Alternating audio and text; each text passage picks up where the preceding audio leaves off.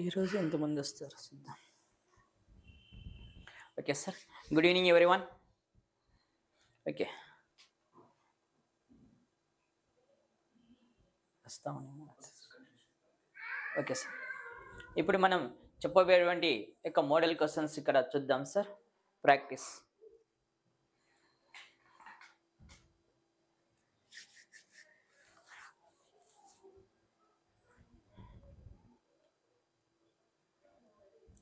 Okay, hi everyone, this is Salim Basha, faculty of economy from Kurnool. ఇప్పుడు మనము ఇప్పటి వరకు ఆన్లైన్లో మనము లైవ్ క్లాసెస్లో చెప్పినటువంటి యొక్క అప్ టు అనగా 7th క్లాస్ నుండి 10th క్లాస్ వరకు ఉన్నటువంటి యొక్క ఎకనామిక్స్ సబ్జెక్ట్ యొక్క టాపిక్స్ పైన మనము కొన్ని క్వశ్చన్స్, మోడల్ క్వశ్చన్స్ని ఇప్పుడు ఎక్స్ప్లెనేషన్ చేయడం జరుగుతుంది. వాటికి సంబంధించి క్లుప్తంగా వివరంగా ఇక్కడ మీ ముందుకు రావడం జరిగింది. సరే, మనము యొక్క వెంకట్ సార్ యాప్ ద్వారా తీసుకున్నప్పుడు ఆల్ సోషల్ కంటెంట్ సంబంధించి టెస్ట్ సిరీస్ని కూడా ఇక్కడ మనం ప్రారంభించడం జరుగుతుంది సార్. టెస్ట్ సిరీస్ని ఇక్కడ మనము అవైలబుల్ చేయడం జరిగినది. కాబట్టి ఎవరైనా సరే మీ ఫ్రెండ్స్ ఎవరైనా ఉంటే ఈ యొక్క టెస్ట్ సిరీస్ గురించి సంక్షిప్త సమాచారం గురించి పూర్తిగా యాప్లో ఇచ్చిన నెంబర్స్కి మీరు ఫోన్ చేసి దాని గురించి తెలుసుకొని 10 మందికి ఉపయోగ విధంగా దీన్ని ఇంకా షేర్ చేస్తారని ఆశిస్తున్నాం సార్. సరే, ప్రజెంట్ ఇప్పుడు మనం చెప్పేటువంటి అంశం గురించి ఇక్కడ క్లుప్తంగా వివరిస్తాం సార్. ఫస్ట్ ఆఫ్ ఆల్ తీసుకోండి, ఇక్కడ ఏపీ తెలంగాణ సంబంధించినటువంటి ఆల్ సోషల్ స్టడీస్ టెస్ట్ సిరీస్ని ఇక్కడ మీకు ఇండివిజువల్గా ప్రొవైడ్ చేస్తున్నాము. అనగా తెలంగాణ సంబంధించి తెలంగాణ సిలబస్ పైన, ఏపీకి సంబంధించి ఏపీ సిలబస్ పైన ఇక్కడ టెస్ట్ సిరీస్ను ఆల్ సబ్జెక్టులు ఇక్కడ మీకు అందించడం జరుగుతుంది సార్. అనగా అది కూడా తీసుకుంటే సబ్జెక్ట్ వారిగా మీకు క్లాసెస్ చెప్పడము, లైవ్ క్లాస్ చెప్పడము, ఆ లైవ్ క్లాస్ అయిపోయిన తర్వాత నెక్స్ట్ డే దానిపైన ఎగ్జామ్ కండక్ట్ చేయడము, ఆ ఎగ్జామ్ సంబంధించి పేపర్ను మళ్ళీ డిస్కషన్ కూడా చేయడం జరుగుతూ వస్తుంది. ఈ అవకాశాన్ని ప్రతి ఒక్కరు కూడా ఉపయోగించుకొని సార్, ప్రతి ఒక్కరు కూడా ఉపయోగించుకుంటారని ఆశిస్తున్నాము. First of all next one, ఇక్కడ మనం ఎగ్జామ్ పేపర్ తీద్దాం సార్. ఇక్కడ తీసుకుందాం. ఫస్ట్ ఆఫ్ ఆల్ తీసుకోండి, క్రింది వానిలో సరైన వాక్యమును ఎంపిక చేయము. క్రింది ఇచ్చినటువంటి వాక్యంలో సరైన వాక్యమును ఎంపిక చేయము. భారతీయ వర్తకులకు, యూరోప్ వర్తకులకు మధ్యవర్తులుగా పనిచేసిన వారు సుమేరియన్లు. భారతీయ వర్తకులకు, యూరోప్ వర్తకులకు మీడియేటర్గా పనిచేసిన వారు సుమేరియన్లు. అదేవిధంగా తీసుకున్నప్పుడు భారతీయ వస్తువులకు పురాతన కాలం నుండి, భారతీయ వస్తువులకు పురాతన కాలం నుండి దాదాపు 18-19వ శతాబ్దం వరకు 18-19వ శతాబ్దం వరకు అంతర్జాతీయ మార్కెట్లో ప్రాధాన్యత కలిగి ఉన్నది సార్. భారతీయ వస్తువులకు అంతర్జాతీయ మార్కెట్లో 18-19వ శతాబ్దం వరకు ప్రాధాన్యతను కలిగి ఉంది. తీసుకుందాం. ఓకే, నెక్స్ట్ వన్, అనేక రకాల భారతీయ వస్తువులు భూమార్గం, సముద్ర మార్గం ద్వారా పర్షియా, మెసొపొటేమియా, చైనా మరియు జపాన్, ఇటలీ దేశాలకు ఎగుమతి చేయడం జరిగినది.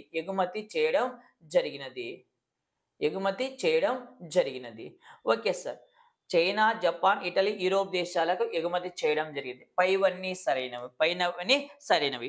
మళ్ళా ఇక్కడ ఇచ్చినటువంటి వాటిలో ఆప్షన్ ఏదనేది మనకు కావాలి సార్. దీనికి సరైన ఆప్షన్ ఏదనేది మనకు కావాలి. ఈ క్రింది వానిలో సరైన వాక్యమును ఎంపిక చేయమంటున్నాం. భారతీయ వర్తకులకు, యూరోప్ వర్తకులు మధ్యవర్తులుగా పనిచేసిన వారు ఎవరు? సుమేరియన్లు పనిచేశారా? కాదు. అంటే ఈ వాక్యం సరైనదా? సరికాదు. కాబట్టి ఇది తప్పు. అదేవిధంగా భారతీయ వస్తువులకు పురాతన కాలం నుండి, ప్రాచీన కాలం నుండి 18-19th శతాబ్దం వరకు అంతర్జాతీయ మార్కెట్లో ప్రాధాన్యతను సంతరించుకోవడం జరిగింది.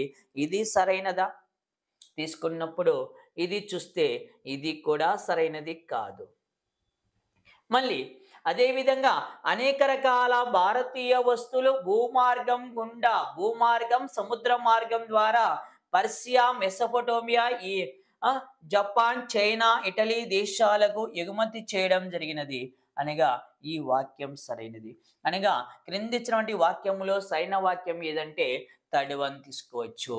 థర్డ్ వన్ సరైనది తీసుకోవచ్చు. సి సరైనది తీసుకోవచ్చు. సరైనదిగా తీసుకోవచ్చు. ఇక్కడ భారతీయ వర్తకులకు యూరోప్ వర్తకులకు మధ్యవర్తులుగా పనిచేసిన వారు ఎవరు చెప్తాం సార్? భారతీయ వర్తకులకు యూరోప్ వర్తకులకు మీడియేటర్గా పనిచేసిన వారిని ఇక్కడ మనం ఎవరు తీసుకుంటామంటే మీడియేటర్గా పనిచేసిన వాళ్ళు సుమేరియన్లు కాదు. ఎవరు పనిచేశారు సార్? భారతీయ వర్తకులకు యూరోప్ వర్తకులు మధ్యవర్తులుగా పనిచేసిన వారు అరబ్బులు. ఎవరు సార్? అరబ్బులు పని చేశారు. అదేవిధంగా భారతీయ వస్తువులకు పురాతన కాలం నుండి దాదాపు 18-19వ శతాబ్దం వరకు అంతర్జాతీయ మార్కెట్లో ప్రాధాన్యతను సంతరించుకోవడం జరిగిందంటే ఇది సరైన. ఇక్కడ తీసుకుంటే ఏ శతాబ్దం వరకు అంటే 18th century వరకు, 18వ శతాబ్దం వరకు మాత్రమే ఇక్కడ ప్రాధాన్యతను సంతరించుకోవడం జరిగినది. Okay sir. నెక్స్ట్ వన్ తీసుకుంటే సెకండ్, భారతీయ వస్తువులు ప్రాచీన కాలం నుండి ఏ శతాబ్దం వరకు అంతర్జాతీయ మార్కెట్లో ప్రాధాన్యతను సంతరించుకోవడం జరిగిందో క్రింది వానిలో గుర్తించుము. అంటే భారతదేశానికి సంబంధించినటువంటి అనేక రకాల వస్తువులు అంతర్జాతీయ మార్కెట్లో ఏ శతాబ్దం వరకు అధిక ప్రాధాన్యతను సంతరించుకుందో ఇక్కడ మనకు వివరించమని ఇక్కడ ఇవ్వడం జరుగుతుంది. అనగా 1415 వరకు, 1516 వరకు, 1617 వరకు, 1819 వరకు తీసుకోవచ్చు. ఏ శతాబ్దం వరకు అధిక ప్రాధాన్యత సంతరించుకోవడం జరిగింది? మీకు ఇది ఎక్కడ వస్తుందంటే ఎస్పెషల్ ఇది గుర్తుపెట్టుకుని 7th క్లాస్ టెక్స్ట్ బుక్ ప్రకారం 7th క్లాస్ టెక్స్ట్ బుక్లు కూడా మన పరిసరాల్లో ఉన్న మార్కెట్ల గురించి ఉంది కదా, అక్కడ తీసుకోవడం జరుగుతుంది. మళ్ళీ దీనికి ఆప్షన్ 1415 కాదు, 1516 కాదు, మళ్ళీ ఏ సార్ 1617 ఇయర్లో తీసుకోవచ్చు. 16-17వ శతాబ్దం వరకు భారతీయ మార్కెట్కు అంతర్జాతీయ మార్కెట్లో 16 మరియు 17th century వరకు ఇక్కడ అధిక ప్రాధాన్యత కలదు అనేది ఇక్కడ తీసుకుందాం. 1819 కాదు. అంటే ఇక్కడ సరైన అంశం ఏం చెప్తున్నాం? ఇక్కడ 16-17th century వరకు మనకు అధిక ప్రాధాన్యతను సంతరించుకోవడం జరిగింది. ఇదే బిట్టు ఇది 7th క్లాస్ ప్రకారం వెయిట్ చేసుకున్నాం. ఇదే బిట్టు 8th క్లాస్లో చేనేత కార్మికులు, ఇనుము శుద్ధి చెయ్యు కర్మాగార యాజమానులు టాపిక్లో తీసుకున్నప్పుడు ఇది మరొక విధంగా వస్తుంది. అక్కడ తీసుకుంటే మాత్రం ఎలా వస్తుందంటే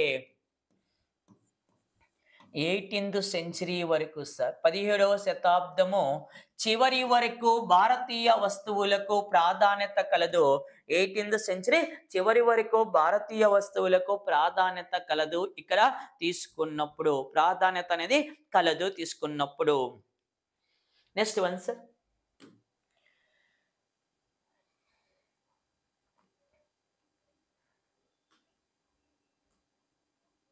సరే, డోమింగ్ ఫేస్ అనే యాత్రికుడు భారతదేశంలో ఎవరెక్క సామ్రాజ్యమును సందర్శించడం జరిగినది? డోమింగ్ ఫేజ్ అనేటువంటి యాత్రికుడు భారతదేశములో ఎవరెక్క సామ్రాజ్యాన్ని సందర్శించడం జరిగిందో క్రింది వాన్లో గుర్తించుము. మళ్ళీ డోమింగ్ ఫేజ్ అనేటువంటి వ్యక్తి ఏ దేశానికి చెందినటువంటి యాత్రికుడు? పోర్చుగీస్ యాత్రికుడు కదా.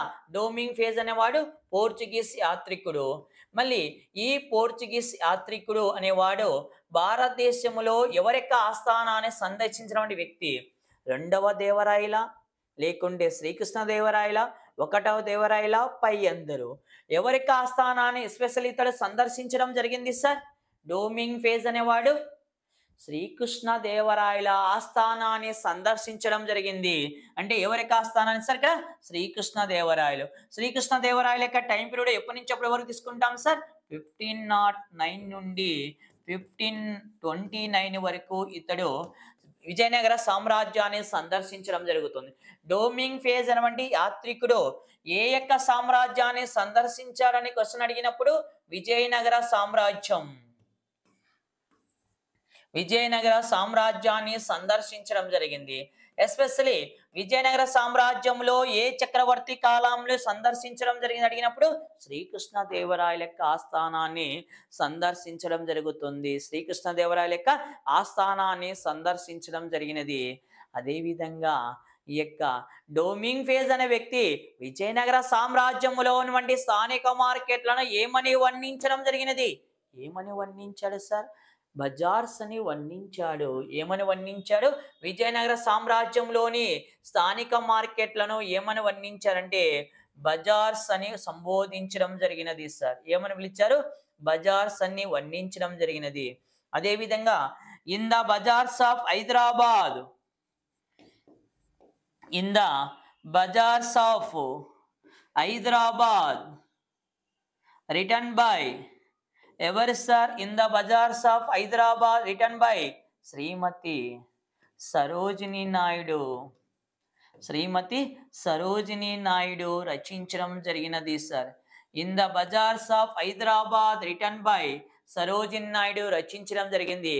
ఎవరి యొక్క సామ్రాజ్యంలో ఏ యొక్క సామ్రాజ్యం నుండి స్థానిక మార్కెట్లను బజార్స్ అని సంబోధించారంటే విజయనగర సామ్రాజ్యంలో. విజయనగర సామ్రాజ్యంలోని స్థానిక మార్కెట్లను బజార్స్ అని వర్ణించినటువంటి వ్యక్తి ఎవరు అడిగినప్పుడు ఎవరు వర్ణించారు సార్? డోమింగ్ ఫేజ్. డోమింగ్ ఫేజ్ అనేటువంటి యాత్రికుడు, పోర్చుగీస్ యాత్రికుడు ఎవరి యొక్క ఆస్థానాన్ని సందర్శించడం జరిగిందంటే శ్రీకృష్ణదేవరాయల యొక్క ఆస్థానాన్ని. మళ్ళీ అదే విధంగా in the bazaars of Hyderabad return అనేటువంటి పుస్తకాన్ని రచించమంటే రచయిత ఎవరు? శ్రీమతి సరోజిని నాయుడు అనేటువంటి రచయిత రచించడం జరిగినది. ఎవరు సార్? సరోజిని నాయుడు రచించడం జరిగినది. Next one. మళ్ళీ భారతదేశం అనేక దేశాల నుండి అనేక రకాల వస్తువులను దిగుమతి చేసుకుంటుంది. అయితే ఈ దిగుమతి చేసుకున్నటువంటి ఈ వస్తువుల మార్కెట్ను ఏమని సంబోధిస్తారో క్రింది వానిలో ఎంపిక చేయము. అనేక దేశాల నుండి అనేక రకాల వస్తువులను దిగుమతి చేసుకుంటున్నాం. ఈ విధంగా దిగుమతి చేసుకున్నటువంటి ఈ వస్తువుల మార్కెట్ను ఏమని పిలుస్తాము? జాతీయ మార్కెట్ అంటామా, ప్రాంతీయ మార్కెట్ అంటామా, అంతర్జాతీయ మార్కెట్ అంటామా, పైవన్నీ అని పిలుస్తామా? ఏమని పిలుస్తాం సార్? ఇతర దేశాల నుండి అంటే ఎగుమతులు దిగుమతులు కలిగిన మార్కెట్ ని ఏమని పిలుస్తున్నాం? ఇక్కడ జాతీయ మార్కెట్ అంటామా? కాదు. ప్రాంతీయ మార్కెట్ కాదు. అనగా ఏమొస్తుంది? అంతర్జాతీయ మార్కెట్ అని పిలుస్తాం సార్. ఏమని పిలుస్తాం అంటే ఎగుమతులు దిగుమతులు కలిగిన మార్కెట్ ను ఎక్స్పోర్ట్స్ అండ్ ఇంపోర్ట్స్ ఎగుమతులు దిగుమతులు కలిగిన మార్కెట్ ని ఏం పిలుస్తామంటే అంతర్జాతీయ మార్కెట్ అని పిలుస్తాం సార్. అంతర్జాతీయ మార్కెట్ అని సంబోధిస్తాము. మళ్ళీ ప్రాంతీయ మార్కెట్ అంటే ఏమొస్తుంది సార్? వివిధ ప్రాంతాలు లేదా వివిధ రాష్ట్రాల మధ్య జరిగే వర్తక వాణిజ్య విధానాన్ని పిలుస్తామంటే ప్రాంతీయ మార్కెట్. వివిధ ప్రాంతాలు లేదా రాష్ట్రాల మధ్య జరిగే వర్తక వాణిజ్య విధానాన్ని పిలుస్తామంటే ప్రాంతీయ మార్కెట్ అంటాము. మళ్ళీ జాతీయ మార్కెట్ అంటే సార్ దేశం మొత్తం మీద జరిగే వస్తు ఉత్పత్తి, దేశం మొత్తం మీద జరిగే వర్తక వాణిజ్య విధానాన్ని పిలుస్తామంటే జాతీయ మార్కెట్ అని సంబోధిస్తాము. జాతీయ మార్కెట్ అని సంబోధిస్తాము.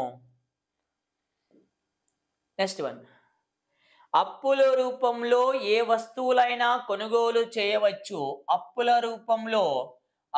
రూపంలో ఏ వస్తువునైనా కొనుగోలు చేయవచ్చు. మరియు మనం రోజుల్లో ఏ సమయంలోనైనా మనకు కావలసిన వస్తువులను కొనుగోలు చేయవచ్చు. అయితే ఏ మార్కెట్లో కలిగేటువంటి ప్రయోజనాలను గుర్తిస్తుంది. ఏ మార్కెట్లో సంబంధించి ప్రయోజనాల్లో ఈ క్రింది వానిలో గుర్తించుము. అప్పు రూపంలో ఏ వస్తువులైనా కొనుగోలు చేయవచ్చు మరియు మనము రోజుల్లో ఏ సమయంలోనైనా మనకు కావలసిన వస్తువులను కొనుగోలు చేయవచ్చు. అయితే ఏ మార్కెట్లకు సంబంధించి ప్రయోజనాలు క్రింది వానిలో గుర్తించుము. ఇవి ఏ మార్కెట్కి సంబంధించి ప్రయోజనాలు సార్? పొరుగు మార్కెట్ల, లేకుంటే వారాంతపు మార్కెట్లకా, లేకుంటే ప్రాంతీయ మార్కెట్లకా, లేకుంటే స్థానిక మార్కెట్లకా? వేటికి సంబంధించినవి సార్ ఇవి తీసుకున్నప్పుడు? ఇక్కడ వారాంతపు మార్కెట్ లేదా దీన్ని ఏం పిలుస్తాం సార్? సంత అని కూడా పిలుస్తాం. ఏమంటాము? సంత అని సంబోధిస్తాం. దేనికి సంబంధించి సార్ ఇక్కడ సమాధానము? అప్పు రూపంలో కొనుగోలు చేయవచ్చు. మన ఈ రోజుల్లో ఏ సమయంలోనైనా మనకు కావలసిన వస్తువును కొనుగోలు చేసే మార్కెట్లు ఏవి? ఏ మార్కెట్లు సార్? స్థానిక మార్కెట్లా? కాదు. ప్రాంతీయ మార్కెట్లా? కాదు. వారాంతపు మార్కెట్లా? కాదు. ఏవి సార్? పొరుగు మార్కెట్లు. ఏవి సార్? పొరుగు మార్కెట్లు తీసుకోవచ్చు. పొరుగు మార్కెట్లు. పొరుగు మార్కెట్ల వల్ల కలిగే ప్రయోజనాల్లో ఏ వస్తువునైనా మనకు అప్పు రూపంలో కొనుగోలు చేస్తున్నామో, మనకు నచ్చిన సమయంలో ఏ సమయంలో అయినా సరే మనకు కావలసిన వస్తువుని ఇక్కడ కొనుగోలు చేస్తున్నాము. కొనుగోలు చేయడం జరుగుతూ వస్తున్నది. మళ్ళీ పొరుగు మార్కెట్లు అంటున్నాము. మళ్ళీ వారాంతపు సంత అంటే సార్? నిర్ణయించిన రోజున, నిర్ణయించిన సమయంలో, నిర్ణయించిన ప్రాంతములో, నిర్ణయించిన రోజున, నిర్ణయించిన సమయంలో, నిర్ణయించిన ప్రాంతములో అమ్మకాలు కొనుగోలు జరిగే మార్కెట్ని ఏమని పిలుస్తామంటే వారాంతపు మార్కెట్ లేదా సంత అని సంబోధిస్తాము. సంత అని పిలుస్తాం. మనకు వరల్డ్ టెక్స్ట్ బుక్ ప్రకారం తీసుకుంటే భారతదేశంలో ఎన్ని వేల సంతలు ఉన్నాయి చెప్తాం సార్? 25,000. 25,000 సంతలు కలవు సార్. సంతలో ఒక వ్యాపారస్తుడు పాల్గొని వర్తకం నిర్వహించినందుకు అతడు ఆ గ్రామ పంచాయతీకి లేదా ఆ సంతకు చెల్లించవలసిన రుసుము ఎంత చెల్లించాలి సార్? డైలీ 10 రూపాయల చొప్పున రుసుము చెల్లించాలి. ఇంకా ప్రాంతీయ మార్కెట్లు అంటే స్థానిక మార్కెట్ల పరిధి కన్నా విడిది ఎక్కువ కలిగినటువంటి మార్కెట్లను ప్రాంతీయ మార్కెట్లని సంబోధిస్తాము. స్థానిక మార్కెట్ల పరిధి కన్నా విడిది లేదా పరిమాణం ఎక్కువ కలిగిన మార్కెట్లను ప్రాంతీయ మార్కెట్ అమలుస్తాము. స్థానిక మార్కెట్లు అంటే ఏమొస్తాయి సార్? స్థానికంగా ఉత్పత్తి చేయబడినటువంటి వివిధ రకాల వస్తువులను విక్రయించినటువంటి ప్రదేశాన్ని ఏమని పిలుస్తామంటే స్థానిక మార్కెట్ అని సంబోధించడం జరుగుతుంది. Okay sir. నెక్స్ట్ వన్, వినియోగదారునికి కావలసిన వివిధ రకాల వస్తువులను వివరించేటువంటి అంశము ఈ క్రింది వాన్లో ఎంపిక చేయము. వినియోగదారునికి కావలసినటువంటి వివిధ రకాల వస్తువులను వివరించినటువంటి యొక్క అంశము ఏదో క్రింది వాన్లో ఎంపిక చేయము. వివరించిన అంశంను క్రింది వాన్లో ఎంపిక చేయము. Market yard వివరిస్తుందా? మార్కెట్ గొలుసు వివరిస్తుందా? మార్కెటింగ్ మార్గాలు వివరిస్తాయా? మార్కెట్ ఆర్థిక ప్రతినిధులు వివరిస్తారా? ఎవరు వివరిస్తారా సార్? వినియోగానికి సంబంధించినటువంటి వస్తు విధానంలో తీసుకున్నప్పుడు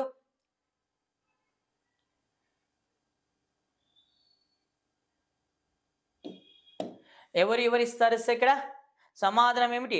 మార్కెట్ యార్డ్ వివరించదు. అదేవిధంగా మార్కెటింగ్ మార్గాలు కాదు, ఆర్థిక ప్రతినిధులు కాదు, మార్కెట్ గొలుసు వివరిస్తుంది. ఏది సార్? మార్కెట్ గొలుసు వివరిస్తుంది. తీసుకోవచ్చు. అనగా మార్కెట్ గొలుసు అంటే ఏమిటి సార్? ఉత్పత్తిదారు నుండి వినియోగదారునికి వస్తువును చేరవేర్చేటువంటి మార్గాన్ని ఏం పిలుస్తామంటే మార్కెట్ గొలుసు అని సంబోధిస్తాము. మార్కెట్ గొలుసు అని సంబోధిస్తాము. మళ్ళీ మార్కెట్ ఆర్థిక ప్రతినిధులను ఎవరిని పిలుస్తాం సార్? ఫినాన్షియల్ ఏజెంట్స్ అని ఎవరిని పిలుస్తామంటే ఇది గుర్తుపెట్టుకోండి సార్. స్కూల్ అసిస్టెంట్ వాళ్ళు గతంలో అడిగిన క్వశ్చన్. ఫినాన్షియల్ ఏజెంట్లని ఎవరిని పిలుస్తామంటే మొత్తం 5 మందిని తీసుకుంటారు. ఒకటి ఉత్పత్తిదారుడు,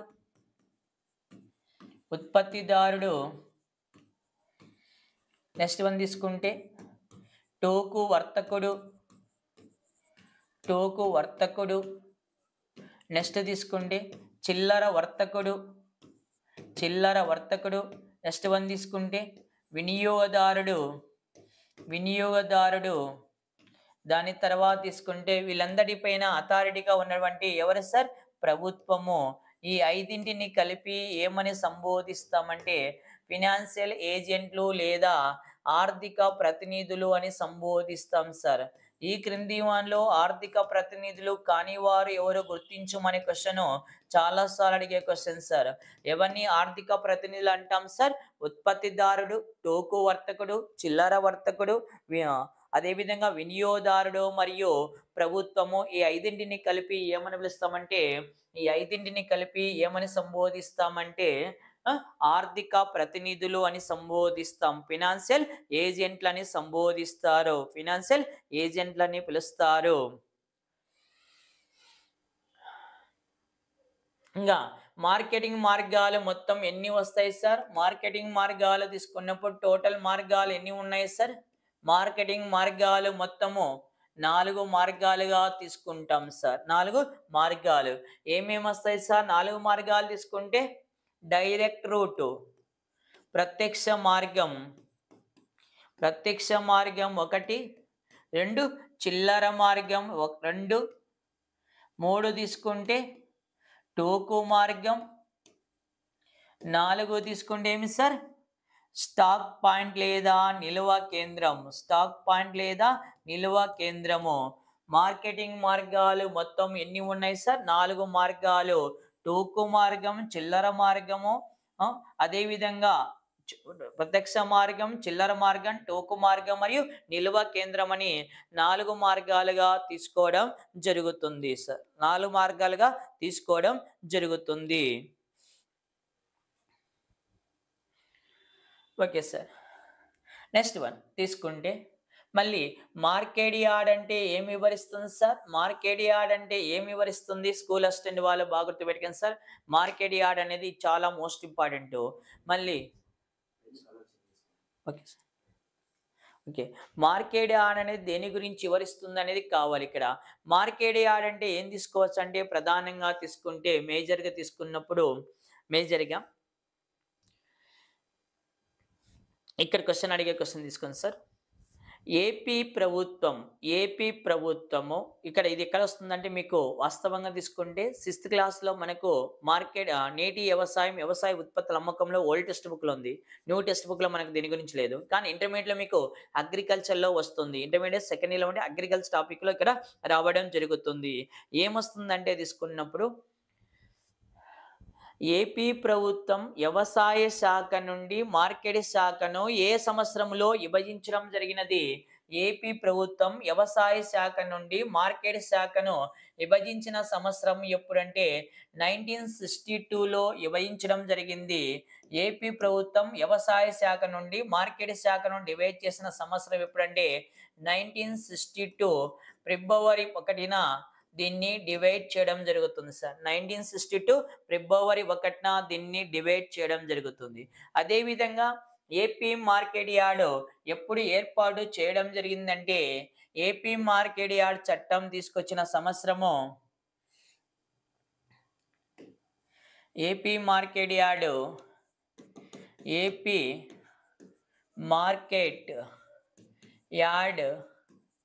యాక్ట్ చేయబడిన సంవత్సరం 1966. ఏపీ మార్కెట్ యార్డ్ చట్టం ఎప్పుడు చేయడం జరిగిందంటే 1966లో చట్టం చేయడం జరిగింది. ఈ చట్టము ఎప్పటి నుండి అమలుకి రావడం జరిగిందంటే అమలు తీసుకున్నప్పుడు 1966 నవంబర్ 18 నుండి ఈ చట్టం అమలుకి రావడం జరిగింది సార్. ఏపీ మార్కెట్ యార్డ్ చట్టం చేయబడిన సంవత్సరం ఎప్పుడంటే 1966లో చట్టం చేయడం జరిగింది. ఈ చట్టం ఎప్పటి నుండి అమలుకి రావడం జరిగిందంటే 1966 నవంబర్ 18వ తారీఖు నుండి ఈ చట్టం అమలుకి రావడం జరిగింది. మళ్ళీ ప్రస్తుతము మన ఆంధ్రప్రదేశ్ రాష్ట్రంలో ఈ యొక్క మొత్తం ఎన్ని మార్కెట్ యార్డులు ఉన్నాయంటే మొత్తం మార్కెట్ యార్డుల సంఖ్య ఎన్ని ఉన్నాయంటే తీసుకున్నప్పుడు 300 పైబడి అని ఉన్నాయి. ఇక్కడ 10th క్లాస్ లోపు ఉన్నటువంటి దాంట్లో తీసుకుంటే ఓల్డ్ టెక్స్ట్ బుక్లో. కానీ మొత్తం మీద ఎన్ని మార్కెట్ యార్డులు ఉన్నాయంటే టోటల్ 324 కలవు సార్. ఎన్ని ఉన్నాయి సార్ ఏపీలో? మార్కెట్ యార్డుల సంఖ్య మొత్తం ఏపీలో ఎన్ని ఉన్నాయంటే 324 ఉన్నాయి సార్. ఏపీలో మొత్తం మార్కెట్ యార్డులు ఉన్నాయి సార్ 324 కలవు. అదేవిధంగా ఇక్కడ తీసుకున్నప్పుడు మార్కెట్ యార్డులో అత్యధికంగా ఏ రైతులు వ్యవసాయ ఉత్పత్తులను విక్రయిస్తున్నా అంటే భూస్వాములు. ఏ రైతులు ఎక్కువ వ్యవసాయ ఉత్పత్తులను విక్రయిస్తున్నారు? భూస్వాములు లేదా పెద్ద రైతులు విక్రయిస్తున్నారు. ఎవరు సార్?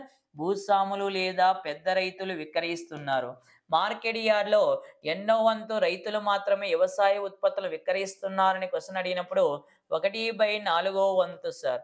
మార్కెట్ యార్డ్లో ఎన్నో వంతు వ్యవసాయ ఉత్పత్తులను విక్రయించడం జరుగుతుందంటే 1/4.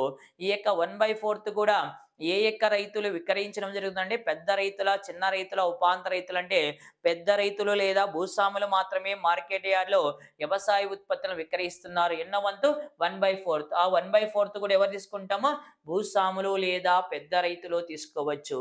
భూస్వాములు లేదా పెద్ద రైతులు తీసుకోవచ్చు. ఇక్కడ ఇంకొక పెట్టేస్తారు.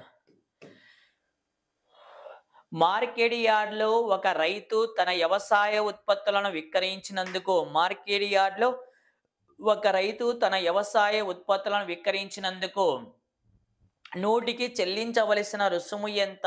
మార్కెట్ యార్డ్లో ఒక రైతు తన వ్యవసాయ ఉత్పత్తులను విక్రయించినందుకు నూటికి చెల్లించవలసినటువంటి రుసుము ఎంత అంటే రైతు మార్కెట్ యార్డుకు చెల్లించవలసిన రుసుము నూటికి ఎన్ని రూపాయల చొప్పున రుసుము చెల్లించాలంటే నూటికి 3.5 రూపీస్ చొప్పున రుసుము చెల్లించాలి. రైతు అనేవాడు నూటికి 3.5 రూపాయల చొప్పున రుసుము చెల్లించాలి. అదే వ్యాపారస్తుడు అనేవాడు నూటికి ఎన్ని రూపాయల చొప్పున రుసుము చెల్లించాలంటే వ్యాపారస్తుడు నూటికి ఎన్ని రూపాయల చొప్పున రుసుము చెల్లించాలంటే 1 రూపీ చొప్పున చెల్లించాలి సార్. 1 రూపీ చొప్పున చెల్లించాలి. Most important sir. మార్కెట్ యార్డ్లో ఒక రైతు తన వ్యవసాయ ఉత్పత్తులను విక్రయించినందుకు నూటికి చెల్లించవలసినటువంటి రుసుము ఎంత అంటే ప్రతి రైతు కూడా మార్కెట్ యార్డ్లో వ్యవసాయ ఉత్పత్తులను విక్రయించినందుకు నూటికి చెల్లించవలసిన రుసుము వచ్చేసి 3.5 రూపీస్ చొప్పున చెల్లించాలి. అదేవిధంగా వ్యాపారస్తులు అయితే 1 రూపీ చొప్పున చెల్లించాలి. మళ్ళీ ఇక్కడ క్వశ్చన్ ఎలా అడగవచ్చు అంటే రైతు అనే వ్యక్తి నూటికి 3.5 రూపాయల చొప్పున మార్కెట్ యార్డుకు రుసుము చెల్లించాలని చెప్తున్నాము. ఆ 3.5 రూపీస్ని కూడా ఎందుకు చెల్లించాలి రైతు అనేవాడు? ఏమి చెల్లించాలి? ఏం అవసరం ఇక్కడ చెల్లించవలసిన అవసరం ఏమిటంటే కారణం ఏమి సార్? ఎందుకు చెల్లించాలి అంటే రైతు అనేవాడు తన ఇంటి దగ్గర నుండి వ్యవసాయ ఉత్పత్తులను ఇక్కడ తీసుకొని రావడం జరుగుతుంది. ఇక్కడ మార్కెట్ యార్డుకు వచ్చిన తర్వాత వ్యవసాయ ఉత్పత్తులను అన్లోడ్ చేయడానికి లేబర్ ఉపయోగించడం జరుగుతుంది. అంటే మార్కెట్ మేస్త్రీలు ఇక్కడ అన్లోడ్ చేస్తారు. తన వ్యవసాయ ఉత్పత్తులను ఇక్కడ స్టోరేజ్ చేయడం జరుగుతుంది. తను కూడా కొద్ది రోజులు ఇక్కడ స్టే చేయడం జరుగుతుంది. మరియు క్లీన్ అండ్ గ్రీన్ అన్నింటికి సంబంధించి ప్రతి 100కు 3.5 రూపాయల చొప్పున ఆ యొక్క మార్కెట్ యార్డుకు ఆ రైతు అనేవాడు రుసుము చెల్లించాలి. ఆ రైతు అనేవాడు రుసుము చెల్లించవలసి వస్తుంది. అంటే సింపుల్గా తీసుకుంటే మెయింటెనెన్స్ ఛార్జెస్ అనిగా తీసుకోవచ్చు, అన్ని విధాలుగా తీసుకుంటే. Okay sir. నెక్స్ట్ వన్ తీసుకుంటే ఇప్పుడు చెప్పే important sir. AP market yard చట్టం 1966 ప్రకారం ఏపీ మార్కెట్ యార్డ్ చట్టం 1966 ప్రకారము ఒక స్థానిక మార్కెట్ యార్డుకు సంవత్సరానికి లభించినటువంటి మొత్తం ఆదాయంలో నుంచి నూటికి ఎంత శాతం చొప్పున కేంద్ర మార్కెట్ యార్డుకు చెల్లించాలి? ఏపీ మార్కెట్ యార్డ్ చట్టం 1966 ప్రకారం ఒక స్థానిక మార్కెట్ యార్డుకు లభించినటువంటి మొత్తం ఆదాయంలో నుంచి నూటికి ఎంత శాతం చొప్పున రుసుము చెల్లించాలి? ఎంత శాతం చొప్పున చెల్లించాలంటే కేంద్ర మార్కెట్ యార్డుకు నూటికి మొత్తం వచ్చిన ఆదాయంలో 10% చెల్లించాలి సార్. 100కు 10% చొప్పున చెల్లించాలి ఒక స్థానిక మార్కెట్ యార్డుకు వచ్చినటువంటి మొత్తం ఆదాయంలో నుంచి sir. Okay sir. Next one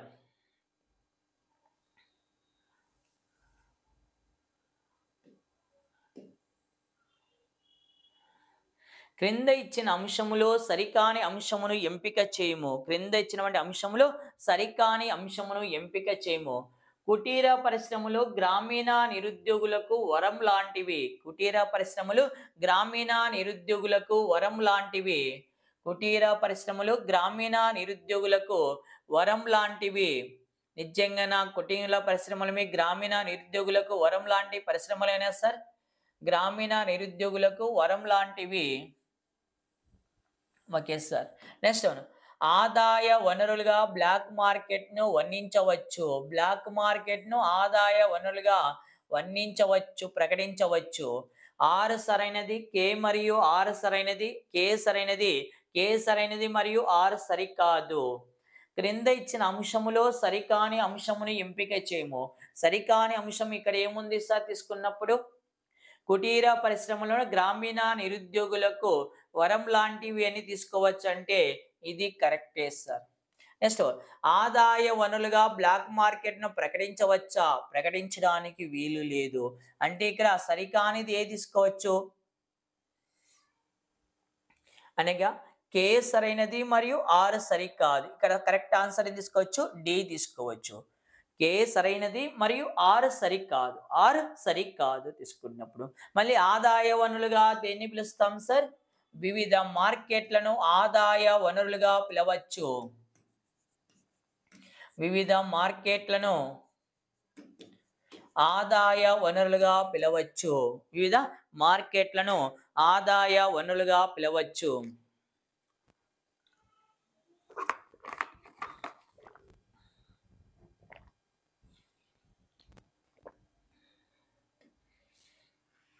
next one, భారతదేశంలో విద్యాభ్యసన గురించి అనేక కొత్త ఆలోచనలు ఆవిర్భవించిన శతాబ్దం ఎప్పుడు? అనేక కొత్త ఆలోచనలు ఆవిర్భవించిన శతాబ్దము 19th సెంచరీయా, 18th సెంచరీయా, 17th సెంచరీయా, 20th సెంచరీయా? ఏ శతాబ్దములో కొత్త ఆలోచనలు ఆవిర్భవించాయి? 20వ శతాబ్దమా? కాదు. 17th శతాబ్దమా? కాదు. 18th శతాబ్దమా? కాదు. అనగా ఏ శతాబ్దం సార్? 19th సెంచరీలో కొత్త ఆలోచనలు ఆవిర్భవించడం జరిగింది సార్. భారతదేశంలో విద్యాభ్యాసన గురించి కొత్త ఆలోచనలు ఏ శతాబ్దంలో ఆవిర్భవించాయంటే 19th సెంచరీలో ఆవిర్భవించడం జరిగింది. మళ్ళీ 19th సెంచరీలో కొత్త ఆలోచనలు ఏం ఆవిర్భవించడం జరిగింది విద్యా విధానంలో తీసుకున్నప్పుడు అంటే ప్రధానంగా రెండు అంశాలు. ఒకటి ఆంగ్ల విద్యా విధానం. ఏం సార్? ఆంగ్ల విద్యా విధానము అమలు. ఆంగ్ల విద్యా విధానం అమలు.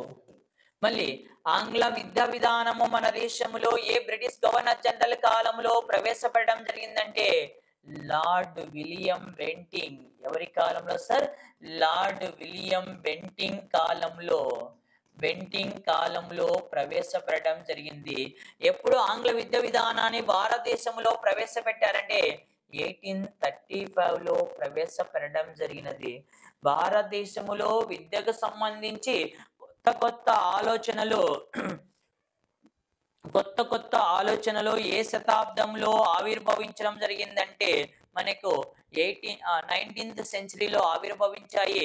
19th సెంచరీలో ఏమేమి ఆవిర్భవించడం జరిగిందంటే తీసుకుంటే విద్యా విధానంలో ఆంగ్ల విద్యా విధానాన్ని ప్రవేశపెట్టారు.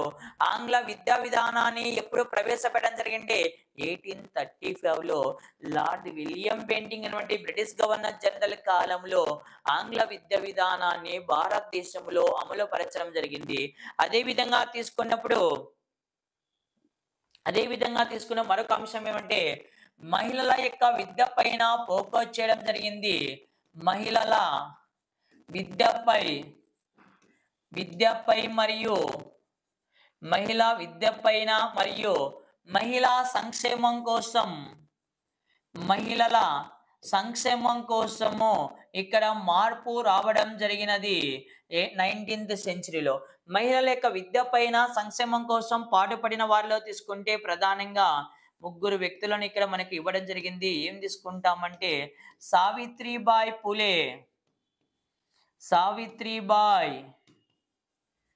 పులే మరియు అదే విధంగా తీసుకున్నప్పుడు కందుకూరి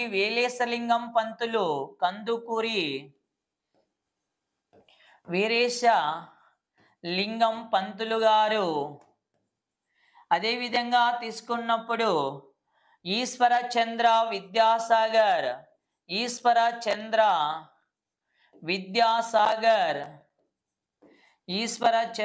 విద్యాసాగర్ మొదలగు వారు ఈ యొక్క మహిళా విద్య కొరకు మహిళా సంక్షేమం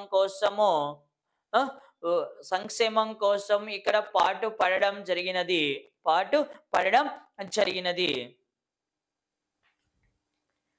నెక్స్ట్ వన్ సార్ ఇక్కడ తెలంగాణ స్టూడెంట్స్ సంబంధించి ఇక్కడ లాంగ్ టర్మ్ టెస్ట్ సిరీస్ ను ఇక్కడ ప్రారంభించడం జరుగుతుంది సార్.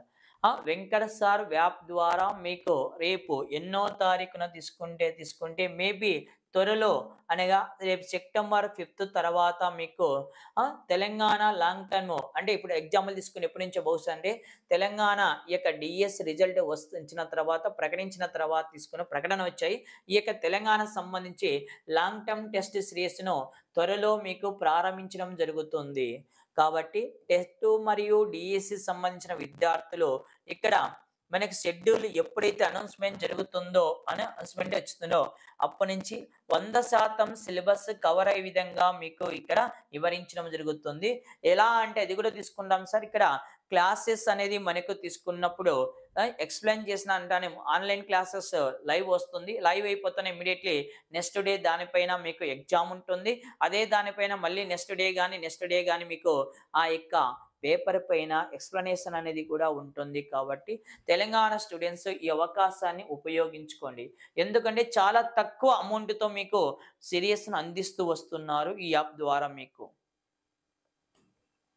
అదేవిధంగా ఏపీ టెట్ 2024 రాస్తున్నటువంటి పేపర్ 1 పేపర్ 2 విద్యార్థులు కూడా ఇక్కడ గ్రాండ్ టెస్ట్ను మీకు ఇక్కడ సోషల్ గ్రాండ్ టెస్ట్ను ఇక్కడ మీకు రేపు సెప్టెంబర్ 5వ తారీఖున నిర్వహించడం జరుగుతుంది. కాబట్టి ప్రతి ఒక్కరు కూడా ఈ టెస్ట్ రాయడానికి ముందుకు రండి. ఎందుకంటే మీ యొక్క స్కోర్ పెంచడానికి ఈ టెస్ట్ అనేది 100కి 100% మీకు న్యాయం చేస్తుంది.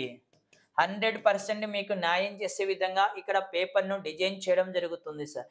ఎందుకంటే కాంపిటేటివ్ ఎగ్జామ్లో ఎన్నో సంవత్సరాల నుండి ప్రిపేర్ అవుతున్నటువంటి వ్యక్తుల యొక్క అనుభవాలతో ఈ క్వశ్చన్ పేపర్ మీకు ప్రిపరేషన్ చేయడం జరిగింది. కాబట్టి ఆ పేపర్ను మీరు బాగా యూజ్ చేసుకొని మంచి స్కోర్ తయారు చేసే వచ్చే విధంగా పేపర్ను డిజైన్ చేయడం జరిగింది. రేపు 5వ తారీఖున ఇక్కడ ఫ్రీ గ్రాండ్ టెస్ట్ అనేది ఉంటుంది. పేపర్ 1 పేపర్ 2 సోషల్ వారికి ఇక్కడ తీసుకోవచ్చు సార్. ఓకేనా సార్. ప్రతి టెస్ట్ మిమ్మల్ని విజయానికి దగ్గర చేసే విధంగా ఇక్కడ రూపొందించడం జరుగుతుంది. ఓకే, మీకు ఇంకా ఏమైనా సలహాలు సూచనలు ఉంటే మీరు లైవ్లో కాకుండా నెక్స్ట్ ఈ యొక్క ఇక్కడ ఇచ్చిన ఫోన్ నెంబర్ ద్వారా మీకు సార్ నెంబర్ ఉంటుంది. ఏమున్నా సరే డౌట్స్ ఉన్నా సరే మీరు ఆ సార్ని కాంటాక్ట్ కావచ్చు సార్.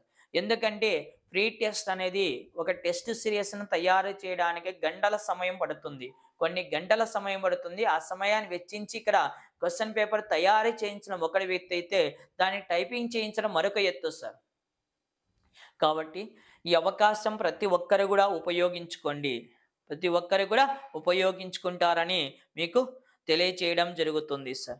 ఎందుకు చెప్తున్నా అంటే ఈ అవకాశాన్ని మీరు మీతో పాటు మీ ఫ్రెండ్స్ మరియు మీ కొలీగ్స్ మీ ఫ్రెండ్స్ యొక్క ఫ్రెండ్స్ కూడా ఈ యొక్క ఇన్ఫర్మేషన్ మీరు షేర్ చేయండి. మీ వరకే కాదు, మీరు లబ్ధి పొందండి. మీతో పాటు ఇంకా 10 మందికి లబ్ధి పొందే విధంగా దీన్ని షేర్ చేయండి.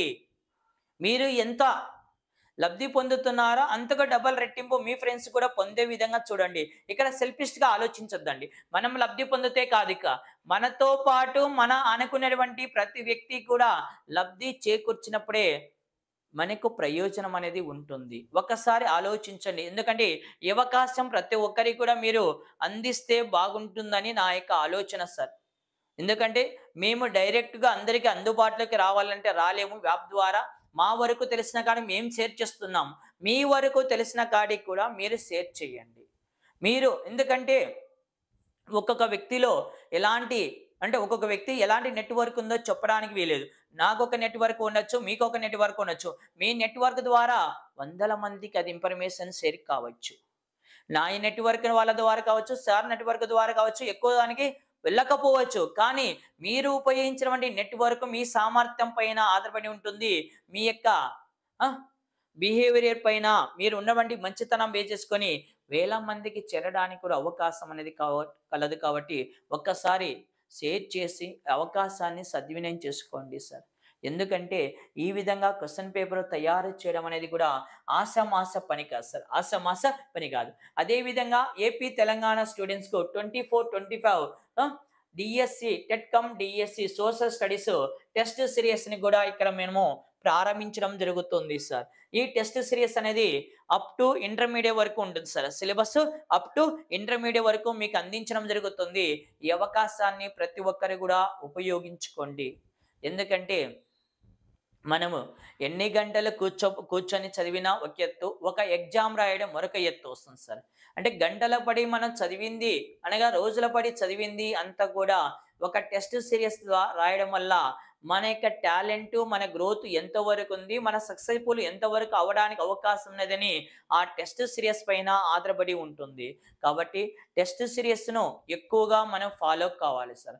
ఎన్ని ఎక్కువ సార్లు ఎన్ని ఎగ్జామ్స్ రాస్తే మన యొక్క గ్రోత్ అనేది అంత సక్సెస్ఫుల్గా ముందుకు వెళ్ళడానికి అవకాశం ఉంది సార్. దీనికి ఒక నిదర్శనం చెప్తాను ఇక్కడ. నేను డబ్బా కొట్టడానికి ఏమి రాలేదు, గతంలో చెప్తున్నాను. నా జీవితంలో జరిగిన ఒక సంఘటన చెప్తాను. ఏమిటంటే నేను కూడా గతంలో ఒక ఇన్స్టిట్యూషన్ నడిపాను. ఆ ఇన్స్టిట్యూషన్ నడిపేటప్పుడు 2016లో మనకి 70లో గ్రూప్ 2 ఎగ్జామ్ వచ్చింది. పొద్దుటూరు పట్టణంలో తీసుకున్నప్పుడు నా ఇన్స్టిట్యూషన్ ఉండేది సార్. అక్కడ ఒకతను సీనియర్ మోస్ట్, బాగా సార్ పేరు కూడా మేబీ సుధాకర్ అనుకుంటాను, తీసుకోండి. చాలా ఏజ్ బార్ క్యాండిడేట్, కానీ అక్కడ గ్రూప్ 2 నోటిఫికేషన్ వచ్చిన తర్వాత వచ్చి ట్రై చేశాడు. ఒక ఎగ్జామ్ పెట్టాను. ఆ ఎగ్జామ్ రాసినప్పుడు అతనికి వచ్చిన మార్కులు ఏంటి, మేబీ అంటే 5 మార్కులు, 150 మార్క్స్ వచ్చిన మార్క్స్ ఏంటంటే 5, 6 వచ్చాయి. నెక్స్ట్ ఎగ్జామ్ పెట్టినప్పుడు రాయండి సార్ అంటే నేను రాయను సార్ అని వదిలిపెట్టేశారు. కానీ అతను మోటివేషన్ చేసిన తర్వాత అతడు డైలీ అంటే వీక్లీ టెస్ట్, గ్రాండ్ టెస్ట్లో రాయడం మొదలు పెట్టాడు. అతనికి ఫైనల్కి వచ్చిన మార్క్స్ ఏంటంటే కట్ ఆఫ్ మార్క్స్ను రీచ్ కావడం జరిగింది సార్. అంటే ఎటువంటి మార్క్స్ రానటువంటి వ్యక్తి 150కి 5 మార్క్స్, 6 మార్క్స్ వచ్చిన వ్యక్తి ఏపీపీఎస్సీ వాడు గ్రూప్ 2 ఎగ్జామ్ ఫిలిమ్స్లో కట్ ఆఫ్ మార్క్ వచ్చేసి దాదాపు 72.5 73 మార్క్స్ పడితే ఆ మార్కులను రీచ్ కావడం జరిగింది సార్. ఎందుకంటే మోటివేషన్ చేయడం వల్ల నెక్స్ట్ ఎవరీ వీక్ ఎగ్జామ్ రాస్తూ అతడు దాని గ్రోత్ను తను పెంచుకుంటూ రావడం జరిగింది సార్. ఫస్ట్ ఎగ్జామ్లో 5, 6 వచ్చిన తర్వాత నెక్స్ట్ ఎగ్జామ్ నుంచి 1 మార్క్, 2 మార్క్స్, 5 మార్క్స్ అలా ఇంక్రీజ్ అవుతూ స్టెప్ బై స్టెప్ తన గ్రోత్ను రీచ్ కావడం జరిగింది సార్. ఫస్ట్ వద్దనే వ్యక్తి, రాయననే వ్యక్తి రాయడం మొదలు పెట్టిన తర్వాత దాని అనుభవాలను పంచుకుంటూ ముందుకు వెళ్ళి తను అనుకున్న గోల్ను రీచ్ కావడానికి ప్రయత్నించడం జరిగింది.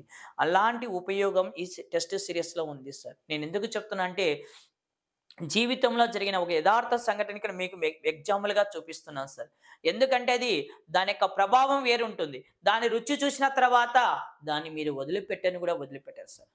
టెస్ట్ సిరీస్ అనేది రాయడం మొదలుపెట్టిన తర్వాత ఫస్ట్ ఒక 3 or 4, 5, 6 వరకు కొద్దిగా ఎలా ఉంటుందంటే అడవిలో బంధించినటువంటి దానిగా ఉంటుంది. కానీ తర్వాత దాని ప్రతిఫలాలు ఎలా ఉంటాయంటే డే బై డే ఇంక్రీజ్ కావడం జరుగుతుంది.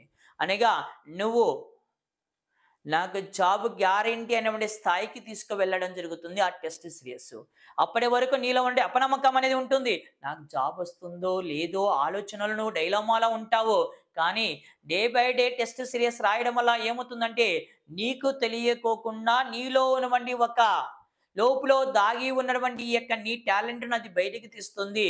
నెక్స్ట్ నువ్వు జాబ్ అనేది ఇంత ఈజీ అనే స్థాయికి తీసుకెళ్ళడం, అంటే కంటెంట్ పైన నా దగ్గర ఇంత సత్తా ఉందా అనేటువంటి స్థాయికి తీసుకువెళ్ళి జాబ్ పర్పస్ విషయంలో అది నీకు చేదోడుగా నిలబడే స్థాయికి అంటే ఎలా ఉంటుందంటే ఎగ్జామ్లో రాస్తున్నా నాకు జాబ్ వస్తుంది అనేటువంటి 100% నీకు నమ్మకాన్ని చేకూరుస్తుంది టెస్ట్ సిరీస్ సార్. కాబట్టి టెస్ట్ సిరీస్ను బాగా ఉపయోగించుకోండి. ఎంత ఉపయోగించుకుంటే అంత ప్లస్ సార్, ప్లస్ అవుతుంది. నెక్స్ట్ వన్, క్రింది వానిలో సరైన అంశమును ఎంపిక చేయము. క్రింది వానిలో సరైన అంశమును ఎంపిక చేయము. సరైన అంశమును ఎంపిక చేయము. మొదటిసారిగా పద్మశ్రీ అవార్డు పొందిన తొలి మహిళా శాస్త్రవేత్త కల్పనా చావ్లా. మహిళా శాస్త్రవేత్త కల్పనా చావ్లా. భారతదేశంలో పాశ్చాత్య వైద్య విధానంలో పట్టా పొందిన మొట్టమొదటి దక్షిణ ఆసియా మహిళ ఎవరు అనేది మనకు కావాలి సార్. దక్షిణ ఆసియా మహిళ ఎవరు సార్? చంద్రముఖి బస్సు. మళ్ళీ కింది ఇచ్చిన అంశంలో సరైన అంశమును ఎంపిక చేయమని చెప్తున్నాం సార్. సరైన అంశమును ఎంపిక చేయము. ఇక్కడ పద్మశ్రీ అవార్డు పొందిన తొలి మహిళా శాస్త్రవేత్త కల్పనా చావ్లా అంటే సరికాదు. పాశ్చాత్య వైద్య విధానంలో పట్టా పొందినటువంటి మొట్టమొదటి దక్షిణ ఆసియా మహిళ చంద్రముఖి బస్సు కాదు. అంటే మీ సరి ఇచ్చినటువంటి వాక్యంలో 6 సరైనది కాదు, కే మరియు 6 మరియు కే 2 సరైనవి కాదు. కే మరియు ఆర్ 2 సరి కాదు. మళ్ళీ పాశ్చాత్య పద్మశ్రీ అవార్డు అందుకున్న తొలి మహిళా శాస్త్రవేత్త ఎవరు సార్? పద్మశ్రీ అవార్డు అందుకున్నటువంటి తొలి మహిళా శాస్త్రవేత్త ఎవరంటే జానకి అమ్మల్ ఎడవల్లత్తు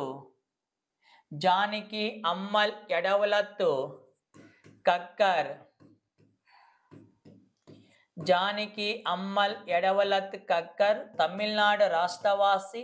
1977 సంవత్సరంలో ఈ మహిళ పద్మశ్రీ అవార్డు అందుకోవడం జరిగింది సార్. భారతదేశంలో మొట్టమొదటిసారిగా పద్మశ్రీ అవార్డు అందుకున్నటువంటి తొలి మహిళా శాస్త్రవేత్త ఎవరని క్వశ్చన్ అడిగినప్పుడు జానకి అమ్మల్ ఎడవల్లత్ కక్కర్. ఏ రాష్ట్రవాసి అంటే తమిళనాడు రాష్ట్రవాసి.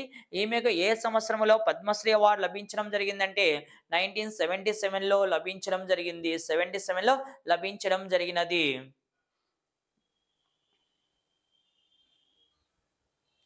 మళ్ళీ అదే విధంగా తీసుకుంటే జానకి అమ్మల్ ఎడవల్లత్ కక్కర్ అనే మహిళ ఏ సంస్థకు డైరెక్టర్ జనరల్ గా పనిచేయడం జరిగిందంటే బొటానికల్ సర్వే ఆఫ్ ఇండియాకు డైరెక్టర్ జనరల్ గా పనిచేయడం జరిగింది సార్. ఏ సంస్థకు? బొటానికల్ సర్వే ఆఫ్ ఇండియాకు డైరెక్టర్ జనరల్ గా పనిచేయడం జరిగింది ఈ మహిళ తీసుకున్నప్పుడు. అదే విధంగా ఏ యొక్క వ్యవసాయ పంటలపైన ఈమె పరిశోధన చేయడం జరిగిందంటే వ్యవసాయ పంటలపైన జానకి అమ్మల్ ఎడవల్లత్ కక్కర్ మనకు చేయడం జరిగిందంటే వంకాయ మరియు చెరుకు పంటలపైన పరిశోధన చేయడం జరిగింది సార్. Most important sir. ఏ పంటలపైన జానకి అమ్మల్ ఎడవల్లత్ కక్కర్ పరిశోధన చేయడం జరిగిందంటే వంకాయ మరియు చెరుకు పంటల ఉత్పత్తులపైన ఈమె పరిశోధన చేయడం జరిగింది. అదే విధంగా తీసుకుంటే మనకు ఇంకా తీసుకున్నప్పుడు కల్పనా చావ్లా తీసుకున్నప్పుడు ఏ ప్రాంతానికి చెందిన మహిళ సార్? కల్పనా చావ్లా ప్రధానంగా తీసుకుంటే హర్యానాలోని కల్నర్ ప్రాంతానికి చెందిన మహిళ సార్. 1961 జూలై 1వ తారీఖున జన్మించడం జరుగుతుంది సార్. హర్యానా రాష్ట్రంలోని కల్నర్ ప్రాంతానికి చెందిన మహిళ. ఈ మహిళ ఎప్పుడు జన్మించడం జరుగుతుందంటే 1961 జూలై 1వ తారీఖున జన్మించడం జరుగుతుంది. ఈ మహిళ అంతరిక్షంలోకి వెళ్ళినటువంటి మొట్టమొదటి భారతీయ మహిళగా రికార్డు సృష్టించడం జరిగింది. ఏ సంస్థ తరపున ఈ మహిళ అంతరిక్షంలోకి మొట్టమొదటిసారిగా వెళ్ళడం జరిగిందంటే నాసా సంస్థ ద్వారా.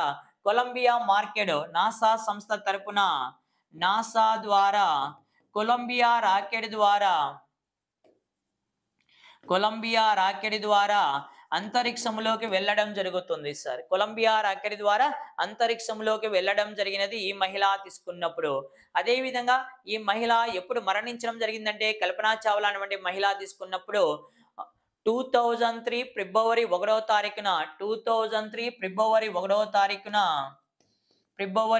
తారీఖున తీసుకున్నప్పుడు STS-107 మిషన్ ఫెయిల్యూర్ కావడం వల్ల కొద్ది గంటలో భూమికి చేరుకుంటామనే సమయంలో వాతావరణంలో సంభవించిన మార్పుల వల్ల STS-107 అనే మిషన్ ఫెయిల్యూర్ కావడం జరుగుతుంది. ఆ సందర్భంలో ఈ మహిళ మరణించడం జరుగుతుంది. ఎప్పుడు సార్? 2003 ఫిబ్రవరి 1వ తారీఖున మరణించడం జరిగింది ఈ మహిళ తీసుకున్నప్పుడు తీసుకోవచ్చు. అదే విధంగా NASA means national aeronautic and space administration. ఈ నాసా సంస్థను ఎప్పుడు ఎస్టాబ్లిష్మెంట్ చేశారంటే ఎస్టాబ్లిష్మెంట్ చేయబడిన ఇయర్ 1958 జూలై 29న ఏర్పాటు చేశారు. నాసాను ఏర్పాటు చేయబడిన సంవత్సరం 1958 జూలై 29న ఏర్పాటు చేశారు. ప్రధాన కేంద్రం ఎక్కడ గలదంటే హెడ్ క్వార్టర్ తీసుకున్నప్పుడు వాషింగ్టన్ DC అమెరికాలో కలదు సార్. అమెరికాలో కలదు. మళ్ళీ పాశ్చాత్య వైద్య విధానంలో పట్టా పొందినటువంటి మొట్టమొదటి దక్షిణ ఆసియా మహిళ ఎవరు? పాశ్చాత్య వైద్య విధానంలో పట్టా పొందినటువంటి మొట్టమొదటి మహిళ ఎవరంటే కాదంబరి గంగూలీ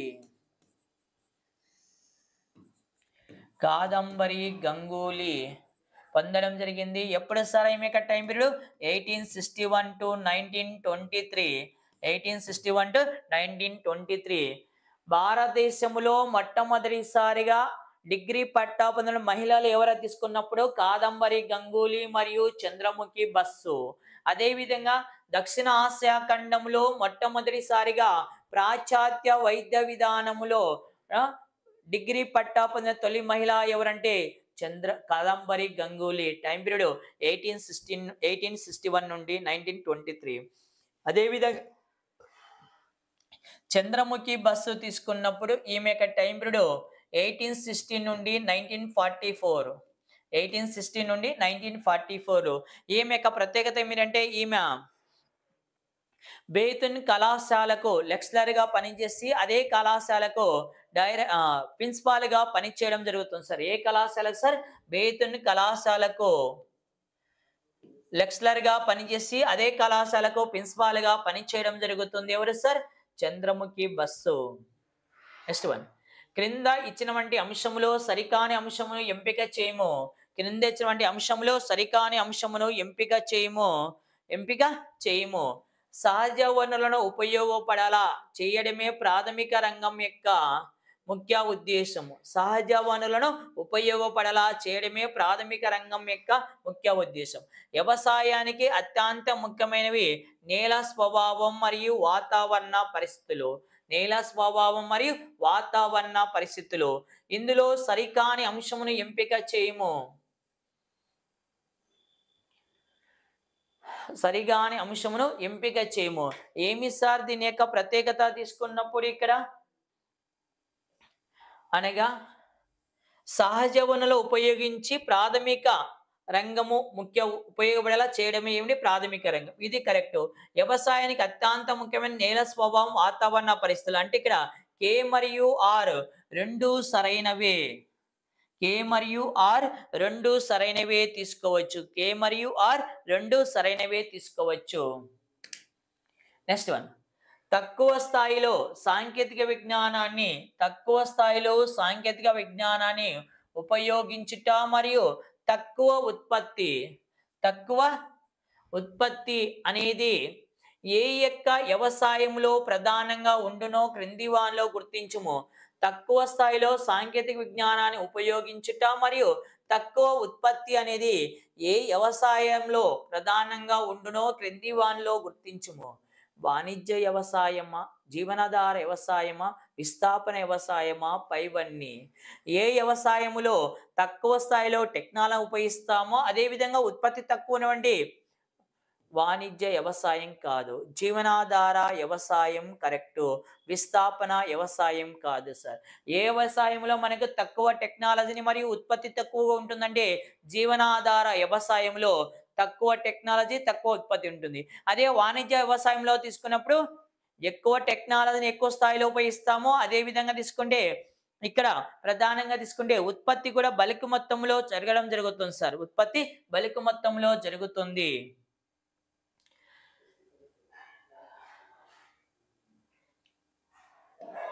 నెక్స్ట్ వన్, క్రింద ఇచ్చిన అంశములో తప్పుగా ఉన్న అంశమును గుర్తించుము. తప్పుగా ఉన్న అంశమును గుర్తించుము. అనేక పట్టణాలు మరియు నగరాల అభివృద్ధికి వ్యవసాయం ప్రధానంగా దోహదం చేస్తుంది. అనేక పరిశ్రమలు ఒకదానికి ఒకటి దగ్గరగా విస్తరించి ఉన్న ప్రాంతమును పారిశ్రామిక ప్రాంతం అంటారు. మళ్ళీ పట్టణాలు నగరాల అభివృద్ధికి వ్యవసాయం దోహదం చేస్తుందా? దోహదం చెయ్యదు. మళ్ళీ అనేక పరిశ్రమలు ఒకదాని ఒకటి దగ్గరగా విస్తరించి ఉన్న ప్రాంతాన్ని పారిశ్రామిక ప్రాంతం అంటారు. దీన్ని ఏమని పిలుస్తాము? ఇది కరెక్ట్ తీసుకుంటే. ఇందులో సరైనది ఏమి సార్? ఏం పిలుస్తాం సార్? ఈ కింది అంశం తప్పుగా ఉన్న అంశమును గుర్తించుము. తప్పుగా ఉన్నవండి అంశమును గుర్తించుము అనేది ఇక్కడ మనకు కావాలి.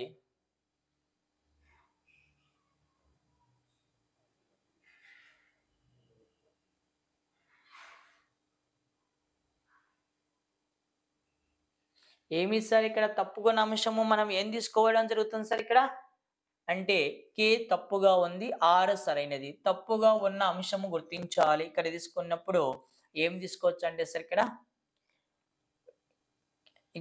కే సరికాదు. ఇక్కడ ఆప్షన్ మిస్టేక్ పడింది సార్. కే సరికాదు. కే సరికాదు. కే సరికాదు.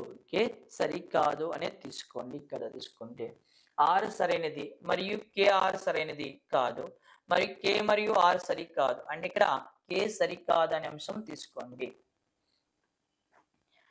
అంటే అనేక పట్టణాలు నగరాల అభివృద్ధికి ఏం దోహదం చేస్తుంది సార్? వ్యవసాయం దోహదం చేస్తుందా సార్? ఏం దోహదం చేస్తాయి? పరిశ్రమలు దోహదం చేస్తాయి. పరిశ్రమలు దోహదం చేయడం జరుగుతుంది. పరిశ్రమలు దోహదం జరుగుతుంది. సో తప్పుగా ఉన్న అంశమును గుర్తించమన్నాం కాబట్టి ఇక్కడ కే అనేది తప్పుగా ఉంది, ఆరు సరైనది సార్. ఆరు సరైనది తీసుకోవచ్చు. ఆ సరైన అంశం అడగాలి. ఇక్కడ తప్పుగా ఉన్న అంశమును గుర్తించమని అడిగాం కాబట్టి అది తీసుకున్నాం సార్. ఇక్కడ నెక్స్ట్ వన్, క్రింద ఇచ్చినటువంటి వాక్యములకు సంబంధించి సరికాని అంశమును సరికాని వాక్యమును ఎంపిక చేయము. క్రింద ఇచ్చినటువంటి అంశములకు సంబంధించి సరికాని వాక్యములను ఎంపిక చేయము అనే క్వశ్చన్ ఇక్కడ ఇచ్చారు. మన దేశంలో పెద్ద ఎత్తున ఉక్కు ఉత్పత్తిలో స్వాతంత్రం రాకముందు నుంచి పెరగడం జరిగింది. భారతదేశంలో పెద్ద ఎత్తున ఉక్కు ఉత్పత్తి స్వాతంత్రం రాకముందు నుంచి పెరగడం జరిగినది. నెక్స్ట్ వన్, ఇనుము ఉక్కు పరిశ్రమలో ప్రధానంగా ప్రముఖ ఓడరేవు ప్రాంతాలకు దగ్గరగా విశాలమైన భూభాగములో విస్తరించడం జరిగింది.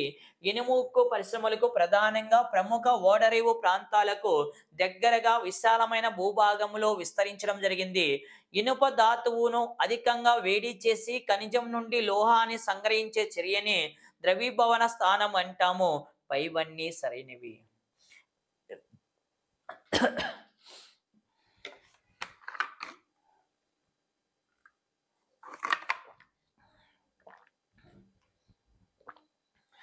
కింద ఇచ్చినటువంటి వాక్యములో సరికాని వాక్యమును ఎంపిక చేయము. అంటే పెద్ద ఎత్తున ఉక్కు ఉత్పత్తి అనేది స్వాతంత్రం రాకముందు నుంచి జరిగిందా, పెరగడం జరిగిందంటే ఇది సరికాదు. ఇది సరికాదు. నెక్స్ట్, ఇనుము ఉక్కు పరిశ్రమలు ప్రధానంగా ప్రముఖ ఓడరేవు ప్రాంతాలు విశాలం, ఇది కరెక్ట్. ఇనుప ధాతును వేడి చేసి దీన్ని ద్రవ్యభవన స్థానం అంటాం. అంటే సరికాని వాక్యం ఏమి సార్? ఇక్కడ ఏ అనేది సరికాదు. ఏ అనేది సరికాదు తీసుకోవచ్చు. అనగా మన దేశంలో పెద్ద ఎత్తున ఉక్కు ఉత్పత్తి ఎప్పటి నుంచి జరుగుతుందంటే స్వాతంత్రం వచ్చిన తర్వాత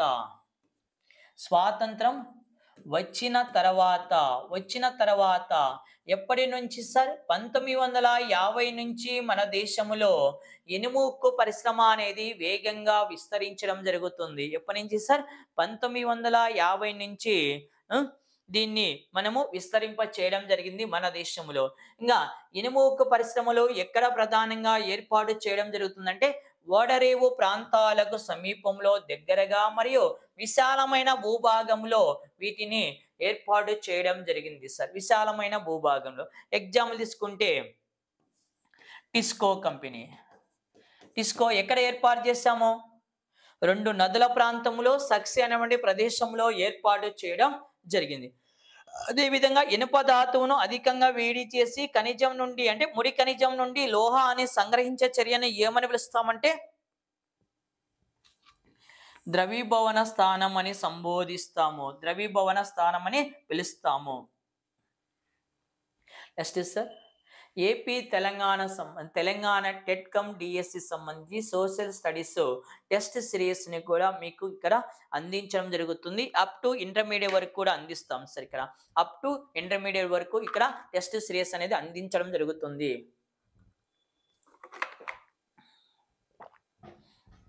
ఈ అవకాశాన్ని ప్రతి ఒక్కరు కూడా సద్వినియోగం చేసుకోండి.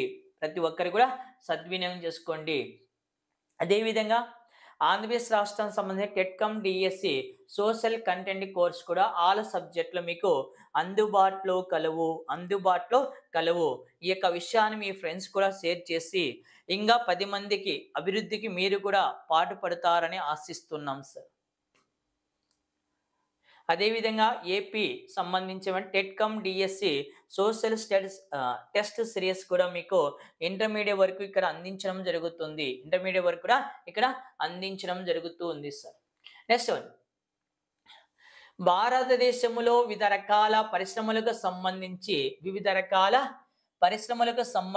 క్రింద ఇచ్చినటువంటి అంశంలో సరికాని అంశమును ఎంపిక చేయుము. భారతదేశంలో మొట్టమొదటి టెక్స్టైల్ ఇండస్ట్రీ స్థాపించిన ప్రాంతం కలకత్తా సమీపంలో ఫోర్ట్ గ్లోస్టర్. కరెక్టేనా కాదా చూద్దాం. బుర్హాన్పూర్ అనేవంటి ప్రాంతము బంగారు జరీ వస్త్రాలకు ప్రసిద్ధి చెందడం జరిగింది. అదేవిధంగా భారతదేశంలో తొలి ఆధునిక వస్త్ర పరిశ్రమ స్థాపించిన ప్రాంతం అహ్మదాబాద్. అదేవిధంగా ప్రపంచంలో సమాచార సాంకేతిక పరిశ్రమకు కేంద్రీకృతమైన ప్రాంతము సిలికాన్ వ్యాలీ లోయ ప్రాంతం. ఇది సరైనదా? క్రింద ఇచ్చినటువంటి వివిధ రకాల పరిశ్రమలకు సంబంధించి క్రింద ఇచ్చిన అంశంలో సరికాని అంశమును ఎంపిక చేయము. సరికాని అంశము, భారతదేశంలో మొట్టమొదటి టెక్స్టైల్ ఇండస్ట్రీ స్థాపించిన ప్రాంతం కలకత్తా సమీపంలో ఫోర్ట్ గ్లోస్టర్. ఇది కరెక్ట్. ఎప్పుడు స్థాపించారంటే 1818లో స్థాపించడం జరిగింది. ఇది కరెక్ట్. బుర్హాన్పూర్ అనే ప్రాంతము బంగారు జరీచీరలకు ప్రసిద్ధి చెందిన ప్రాంతం. ఇది కరెక్ట్. భారతదేశంలో తొలి ఆధునిక వస్త్ర పరిశ్రమ స్థాపించిన ప్రాంతం అహ్మదాబాద్. ఇది సరికాంది. అదేవిధంగా ప్రపంచంలో ఇన్ఫర్మేషన్ టెక్నాలజీ ప్రసిద్ధి చెందిన కేంద్రీకృతమైన ప్రాంతం ఏదంటే సిలికాన్ వ్యాలీ లోయ. మళ్ళీ భారతదేశంలో ఆధునిక వస్త్ర పరిశ్రమను ఎక్కడ ఏర్పాటు చేయడం జరిగిందంటే ముంబై నగరం నందు ఏర్పాటు చేశారు తొలిసారిగా. ఎప్పుడు ఏర్పాటు చేశారంటే 1854లో ముంబై నగరం నందు ఏర్పాటు చేశారు. దాని తర్వాత అహ్మదాబాద్లో 1861లో ఏర్పాటు చేశారు. దాని తర్వాత తీసుకుంటే కాన్పూర్లో 1862లో ఏర్పాటు చేయడం జరిగింది సార్. భారతదేశంలో తొలి ఆధునిక వస్త్ర పరిశ్రమ స్థాపించిన ప్రాంతం ఎక్కడంటే ముంబై నగరంలో స్థాపించారు. ఎప్పుడు స్థాపించడం జరిగిందంటే 1854. రెండవది అహ్మదాబాద్ 1861. మూడవది కాన్పూర్లో స్థాపించడం జరిగింది సార్. ఎక్కడ సార్? కాన్పూర్ పట్టణంలో స్థాపించడం జరిగింది. 1862లో స్థాపించడం జరిగినది. మళ్ళీ ప్రపంచంలో సమాచార సాంకేతిక పరిశ్రమకు కేంద్రీకృతమైన ప్రాంతం ఏదంటే సిలికాన్ వ్యాలీ లోయ. ఎక్కడ గలదంటే అమెరికాలో. అదే భారతదేశంలో ఇన్ఫర్మేషన్ టెక్నాలజీకి ప్రసిద్ధి చెందిన ప్రాంతం ఏది సార్? భారతదేశంలో ఇన్ఫర్మేషన్ టెక్నాలజీకి ప్రసిద్ధి చెందిన ప్రాంతం ఏదంటే బెంగళూరు నగరం. ఏది సార్? బెంగళూరు నగరం కర్ణాటక ప్రాంతం సార్. కర్ణాటక ప్రాంతం ప్రసిద్ధి చెందింది తీసుకోవచ్చు.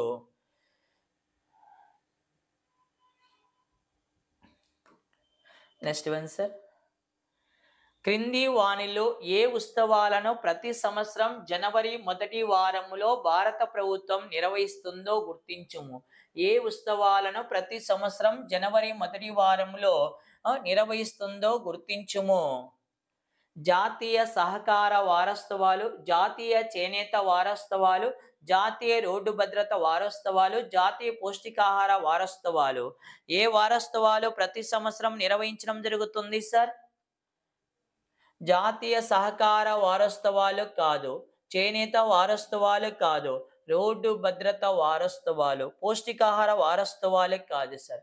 భారతదేశంలో ప్రతి సంవత్సరము జనవరి మొదటి వారంలో ఏ యొక్క ఉత్సవాలను భారత ప్రభుత్వం నిర్వహిస్తుందంటే రోడ్డు భద్రత ఉత్సవాలను నిర్వహించడం జరుగుతుంది. ఈ యొక్క ఉత్సవాలు ఈ ప్రమాదాల గురించి, ప్రమాదాలు ఏ విధంగా జరుగుతున్నాయి, ప్రమాదాల నివారణకు సంబంధించి ఇక్కడ విద్యార్థుల్లో మరియు అంటే హై స్కూల్ లెవెల్లో, ఇంటర్మీడియట్, డిగ్రీ కాలేజ్ లెవెల్లో, యూనివర్సిటీ లెవెల్లో కూడా ఇక పోలీస్ డిపార్ట్మెంట్ ద్వారా, తర్వాత ట్రాఫిక్ డిపార్ట్మెంట్ ద్వారా దీని గురించి క్లుప్తంగా విద్యార్థులకు ఎక్స్ప్లెనేషన్ చేయడం జరుగుతుంది సార్. ఎక్స్ప్లెనేషన్ చేయడం జరుగుతుంది తీసుకున్నప్పుడు.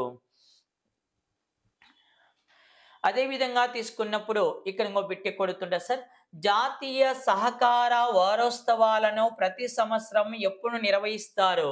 కంటెంట్ లో బాగా పెట్టుకుని సార్ ఈ స్కూల్ అసిస్టెంట్ వాళ్ళకు.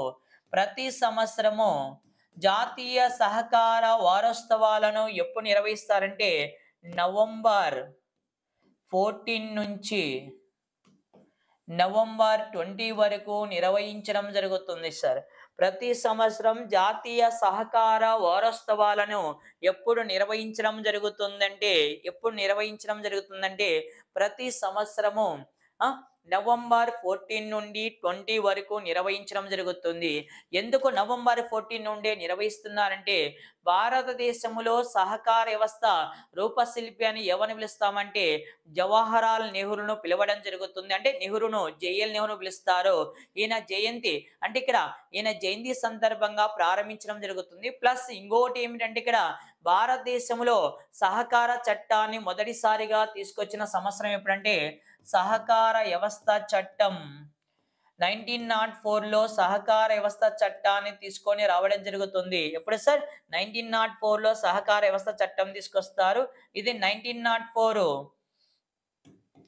మార్చి 25న అమలులోకి రావడం జరుగుతుంది సార్. ఈ చట్టం 1904 మార్చి 25న అమలులోకి రావడం జరుగుతుంది. అయితే ఈ యొక్క చట్టం 2004 నాటికి మార్చి 25 నాటికి 100 ఇయర్స్ పూర్తవుతుంది సార్. 100 సంవత్సరాలు పూర్తి చేసుకున్న సందర్భంగా భారత సహకార రూపశిల్పి అని ఎవరిని పిలుస్తామంటే నెహ్రూ గారిని పిలవడం జరుగుతుంది. ఇతడు సహకార రంగానికి చేసినటువంటి సేవకు గుర్తింపుగా ఇతని బర్త్డే నుంచి నవంబర్ 14 నుండి నవంబర్ 20 వరకు ఈ జాతీయ సహకార వారోత్సవాలను ప్రతి సంవత్సరం నిర్వహించడం జరుగుతూ వస్తుంది. Okay sir.